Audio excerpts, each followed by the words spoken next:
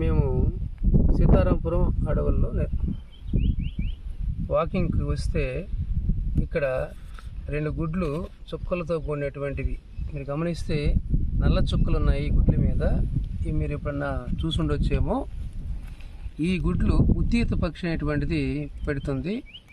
ఇది ఈ పుల్లలతోనూ గడ్డితోనూ గూళ్ళు కట్టుకోలేదు, కానీ చిన్న చిన్న రాళ్లను సేకరించుకొని కొంచెం చదునుగా గూడులాగా పెట్టుకొని అక్కడ 2 లేదా 3 గుడ్లను పెడుతుంది.